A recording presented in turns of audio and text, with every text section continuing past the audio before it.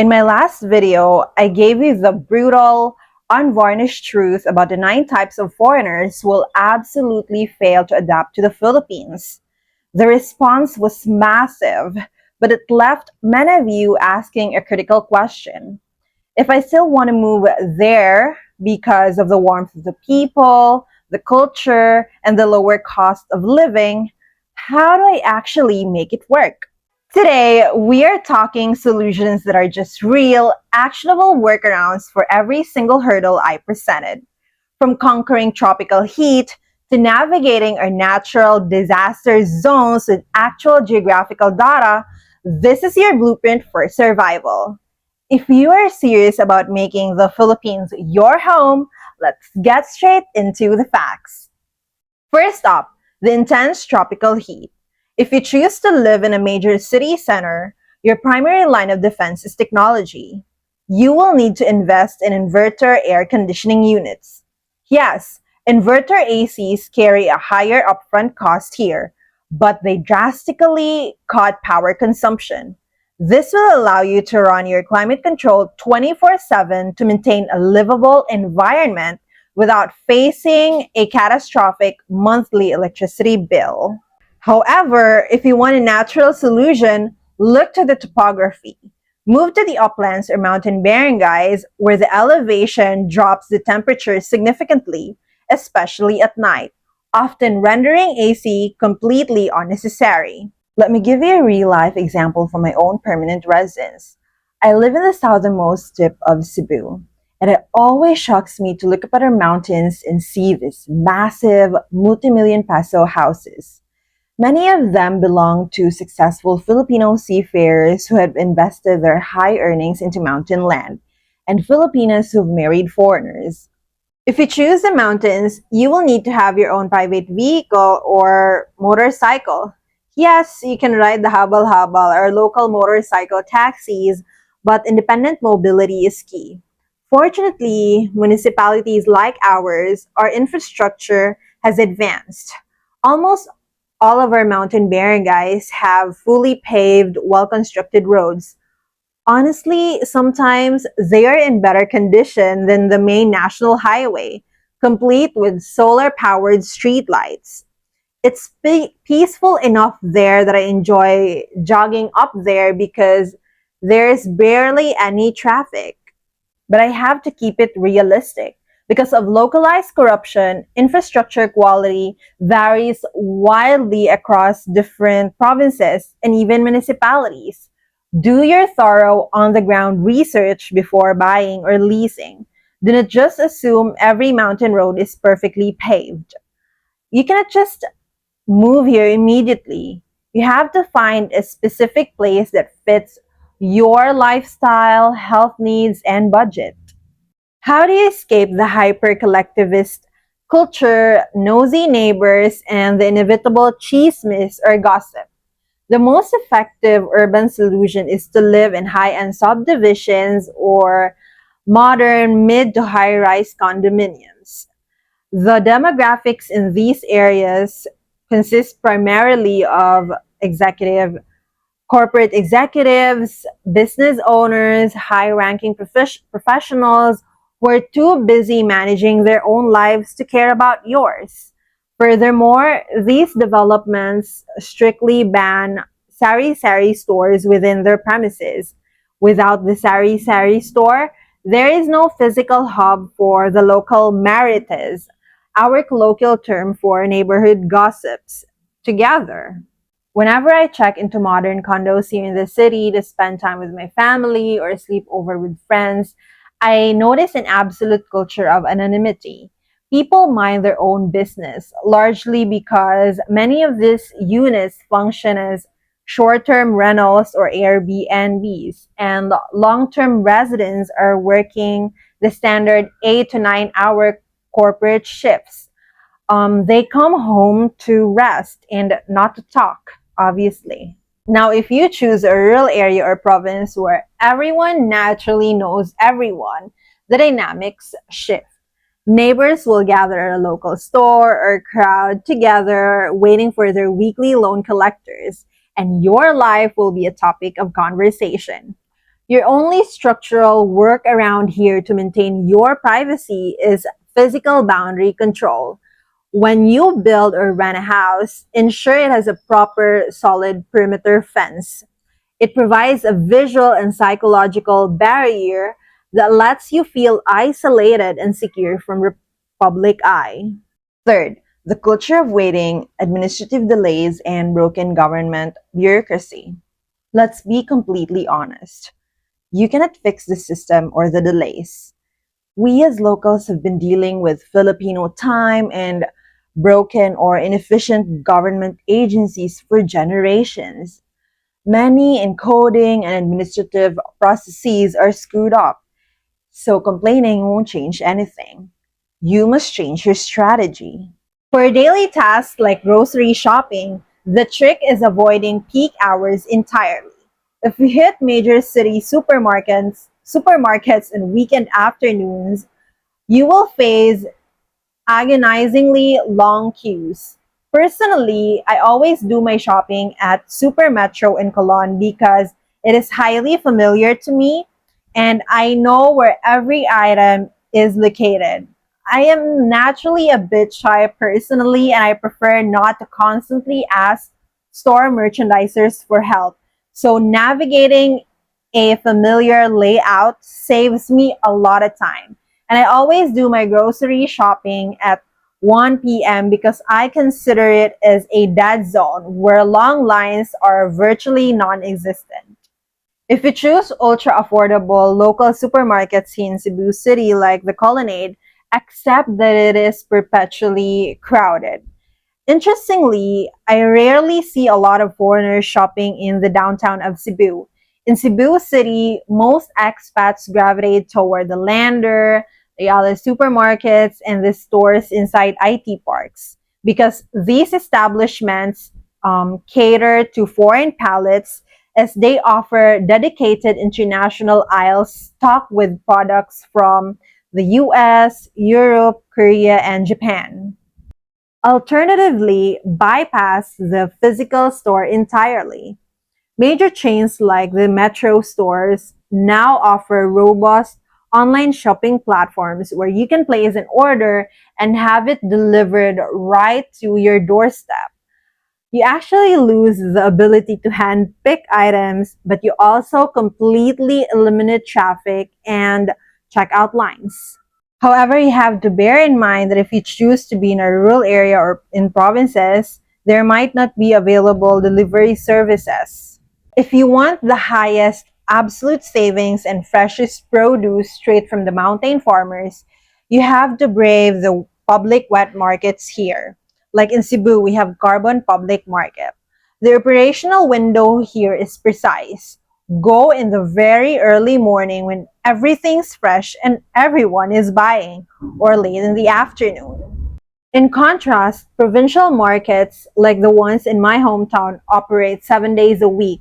However, they experience a massive bottleneck on Sundays. That's when the vendors display the fresh produce brought in on Saturdays, and the locals buy to last them the entire week. Finally, if your budget allows, hire a local assistant or helper. They can manage public market runs, do grocery shopping, and standing in those long lines for you, freeing up your time entirely. Fourth, mitigating the intense, unsolicited social interactions that drain introverts. If you hate being randomly approached, do not live in provinces. Establish yourself in a major metropolitan city. Urbanization breeds anonymity. City dwellers are moving fast and generally lack the time or inclination to strike up conversations with strangers. In the provinces, if locals notice a foreign face frequently or realize you've moved into the area, they will try to get to know you. You need to understand the cultural psychology behind this. First, genuine curiosity. Second, they're assessing who you are to ensure you aren't someone unlawful or disruptive to their community. Third, it stems from the deeply ingrained concept of Kapwa. a shared inner self and community responsibility. They want to know you so they can watch out for your property and house when you are away. If that level of community integration suffocates you, stick strictly to accessible high to mid to high density urban zones. Fifth, managing pre-existing or chronic health condition. There is no workaround for this in the countryside. You must live within a major metropolitan city to have easy access to hospitals with advanced equipment and technology. The Philippines is structurally not PWD friendly, and this deficit scales up massively in provinces. Wheelchair ramps and accessible pathways are inconsistent in the cities and virtually non existent in rural areas. Furthermore, consider access to pharmaceuticals. To give you a factual perspective in my own municipality, it wasn't after 2010 when I was in high school when a major commercial pharmacy opened in our area. And it wasn't in our local barangay. It was located in the town center, requiring a 15 to 20-minute motorcycle ride for us to buy basic medicine. Rural pharmacies close early and keep very limited inventories. So if you need a specialized medication, it simply won't be on the shelves. But even if you live in the city near a top tier private medical center, you must understand a critical logistical quirk of Philippine healthcare that shocks most foreigners. Philippine hospitals do not operate like completely hands off Western facilities. If you or a loved one requires a major surgery or emergency blood transfusion, the hospital pharmacy or blood bank may run out of stock. It is a standard practice for a doctor to turn to the family and say, "We need you to find blood donors to replace what we use," or hand you a prescription slip and tell you to physically go to a specialized specialty pharmacy across town to buy a specific vial of medicine because they don't have it in house. Your workaround? You cannot just rely on premium health insurance. You must build a local emergency support network, know how to coordinate immediately with the Philippine Red Cross, and accept that navigating healthcare here requires active, real time logistics from you or a trusted companion. Sixth, overcoming culinary hurdles if you're a highly selective or westernized eater. If your priority is pure, unprocessed, ultra fresh whole foods, then the province is actually superior, provided that you can adapt to local species. In the provinces, you can buy seafood that is literally still jumping early in the morning or at dusk. My cousins frequently bring their fresh catch to our door first thing in the morning, and we never pass up the opportunity to buy it. Fresh local fish hits completely different when cooked into a traditional clean tinola broth. But remember, you aren't getting an imported salmon here. However, local tangigi or Spanish mackerel and fresh tuna are also available in provinces. For meat, the province offers a highly transparent, hyper-local supply chain. It is now common for local backyard hog raisers to slaughter a pig, bypass any corporate middlemen, and post directly on Facebook that they are selling fresh meat by the kilo. I exclusively prefer ordering from my neighbors because this way the money goes directly to the farmers and the meat is delivered to our house still warm from the morning harvest. And here's a raw insider fact. You should know who you're buying from. Some local hog raisers just leave pigs tied under trees where pigs swim in deep mud. Trust me on this. Once cooked, that meat carries a completely different, unpleasant odor and taste. Knowing or buying from a trusted neighbor ensures quality. If you want beef, understand that it is a luxury in the provinces, typically only slaughtered and made available on Sundays. Vegetables are pricier in the city because they are trucked in from the agricultural provinces. However, the city is your only choice if you require comfort foods like frozen blueberries, cranberries, or authentic international cuisines.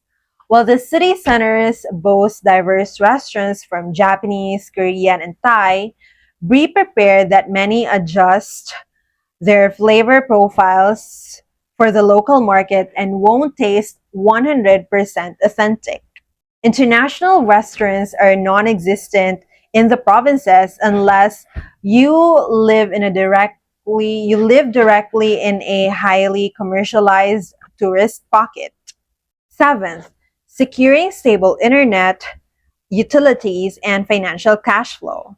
For remote workers, your absolute baseline internet solution is Starlink. While the hardware and monthly subscription are expensive relative to local fibers, it offers unparalleled reliability across the archipelago. But before moving anywhere, you must conduct on the ground testing of local telecommunication networks in that specific neighborhood. To combat power instability, a robust solar panel installation or a heavy duty generator is mandatory to ensure 24/7 uptime. And remember, when the electricity goes out in some provinces, the municipal water pump stops too. Beyond electricity, water quality is a daily operational hurdle. You cannot drink tap water here without getting severely ill, and the municipal water can be incredibly hard or over chlorinated. The absolute workaround is the blue container culture. You will buy 5-gallon purified water jugs from local water refilling stations for daily consumption. Or you can also install a multi-stage home reverse osmosis filtration system. This brings us to cash flow. The provincial economy runs entirely on cash. If the electricity goes out or a long weekend holiday hits, provincial ATMs regularly run completely out of cash or go completely offline. If you rely solely on a Western debit card, you will find yourself stranded. Your workaround is a dual layer strategy. Open a local non-resident bank account with major institutions like BDO or BPI once you receive your alien certificate of registration card and heavily use or utilize GCash. GCash is our country's dominant digital wallet. Even local taxi drivers or local tricycle drivers, market vendors, and backyard farmers accept it now. Keep an emergency physical cash stash at home and use GCash for everything else. In the city, power interruptions happen but are less common unless it is during the summer.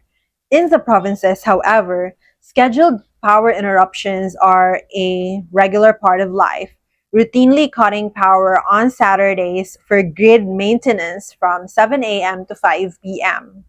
It's easy to get frustrated when the screens go black and the house gets warm. But if you step outside, you realize that these days bring a strange kind of magic. I don't want to romanticize things, but in a world that moves far too fast, where everyone is constantly soaked up in work, glued to a television, or lost in a phone screen, a Saturday power interruption is almost like nature's way of forcing us to hit the pause button. It demands that we actually be here in the moment to reconnect. Without the digital noise that distracts us, life slows down and the community resets. Suddenly, you'll see families packing up lunches and heading down to the beach, spending the entire day swimming, eating, and sharing food by the shore. In the neighborhoods, people move outdoors, gathering on plastic chairs under the deep shade of trees to talk, cook, and bond. It turns a minor inconvenience into a space where real memories are made, proving that sometimes losing power is the only way to reconnect. Eighth, physically surviving the natural disasters of the Pacific Ring of Fire and the Typhoon Belt. You must look at the hard geographical data before choosing a location. The peak of typhoon season runs from July to November, accounting for roughly 70% of all annual storms. Most typhoons originate near the Marianas, moving northwest. This means that northern and central Luzon, along with eastern Visayas, bear the direct catastrophic brunt of all these landfalls. Mindanao and Palawan rarely experience direct landfalls due to their lower latitude. However, you must remember that parts of southern Mindanao carry active security risks due to the presence of groups like Abu Sayyaf. If you want fewer or weaker direct landfalls, look to the southern Visayas, specifically islands like Cebu, Negros Oriental, and Bohol, because these islands are nestled in the geographic center of the archipelago. The neighboring islands facing the open Pacific Ocean like Leyte, Samar, Catanduanes, Masbate, and the Bicol region act as physical shields, breaking the power of the storms before they can reach us. For earthquakes and tsunamis, the entire country sits on the Pacific Ring of Fire, but specific regions carry significantly higher risks. In Mindanao, specifically Surigao, Cotabato, and Davao, is highly seismically active, straddling the Philippine Trench and the Cotabato Trench. Eastern Visayas, especially Leyte and Samar, frequently experience powerful tremors due to the central Leyte fault and its close proximity to the deep trench. In Metro Manila and Central Luzon, communities sit directly over the 100-kilometer West Valley Fault, where experts continuously warn of the big one, a projected 7.2 magnitude earthquake. Meanwhile, mountainous zones like Benguet and Baguio face severe secondary hazards like massive landslides, while the coastal La Union and Pangasinan are vulnerable to deep focused tremors near the Manila Trench. Tsunami risks follow the same pattern.